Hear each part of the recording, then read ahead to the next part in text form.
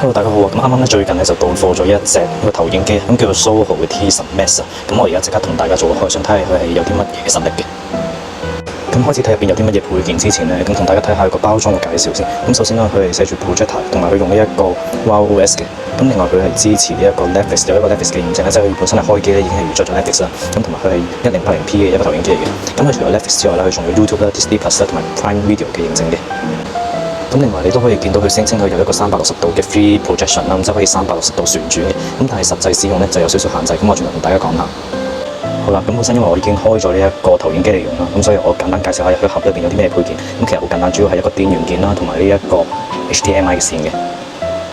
另外啦，當然都唔少得佢一個遙控器嘅一個 control。咁佢除咗有呢一個開關掣啦，一個輸入鍵啦，跟住嗰啲上下左右 OK 掣啊、語音鍵之外咧，咁佢下面亦都有頭先講嗰啲已經授權咗嘅應用程式快捷鍵啦，譬如好似 Netflix 啦、YouTube 啦、Disney Plus 啦、Prime Video 啦等等。咁另外都講翻啦，佢係支持2粒嘅3A 電池嘅，即係比較瘦身少少嘅隻有電啦。好，咁我哋再睇下呢一個投影機嘅外觀先啦。咁佢個外觀其實都幾靚仔嘅，佢係四方方咁樣啦。咁然後佢跟機有埋個座嘅。咁呢個座咧個作用咧就可以俾你去調高調低咁樣嘅。咁譬如佢可以咁樣調啦，射去天花板啦，或者射翻去後邊都得嘅。咁但係咧，佢最大嘅問題咧就係在於佢唔可以好自由咁樣去改變佢嗰個方向啦。咁佢係有固定咗，譬如我而家就係向住正面嘅，咁一上咧就係咁噶啦。咁然後再上咧就可能上天花板嘅，咁就唔可以譬如唔可以喺一半嘅位置度停咗落嚟。咁呢一個咧就係一個限制嚟嘅。咁另外頂部你會見到有個電源鍵嘅，咁就係一個開關啦。咁你亦都可以透過 remote 咧去開同埋關嘅。我哋再望埋背面啦，背面除咗有電源鍵之外啦，咁佢上邊左上方咧就有個 USB 嘅插頭啦，有個 HDMI 嘅位啦，有個3.5mm 嘅頭啦。咁整體咧成部機嘅設計咧就係咁嘅。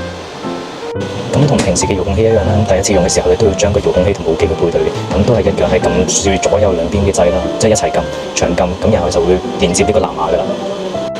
好啦，咁開機之後咧，你會見到個畫面個界面係咁樣嘅。咁其實佢係一樣好似普通嘅 Android 咁樣啦。咁但係佢又唔係 Google TV 嗰種感覺嘅。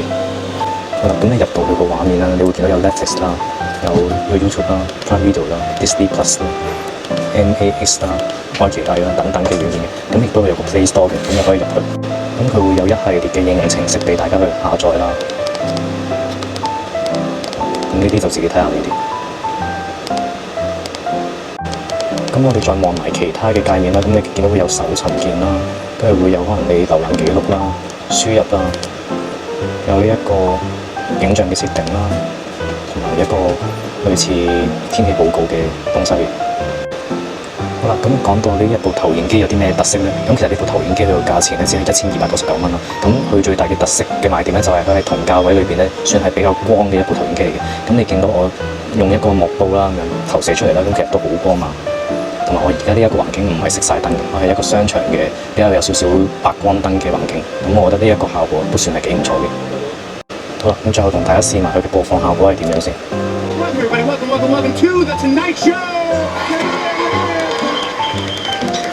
我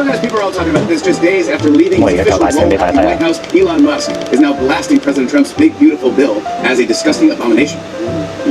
好，咁最後咧，如果想揾呢一個投影機嘅話咧，咁可以去描述嗰度咧有連結嘅，咁亦都可以俾大家睇下我嘅卡片啦。咁呢個就係我啱啱最近攞咗翻嚟嘅卡片嚟嘅。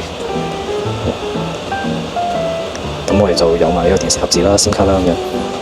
咁大家都可以去翻我哋嘅網站啦，或者去我哋門市度睇下呢個實機嘅。咁今日嘅分享係咁多先。